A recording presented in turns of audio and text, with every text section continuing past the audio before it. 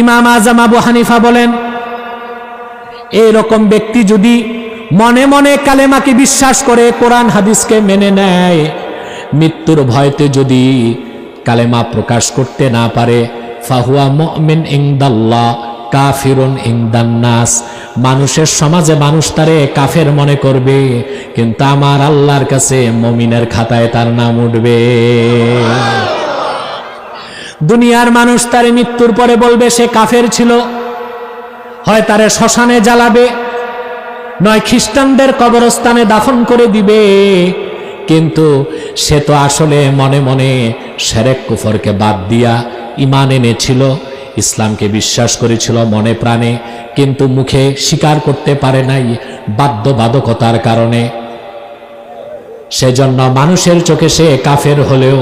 আমার আল্লাহর কাছে তার নাম মুমিনের খাতায় উঠে যাবে।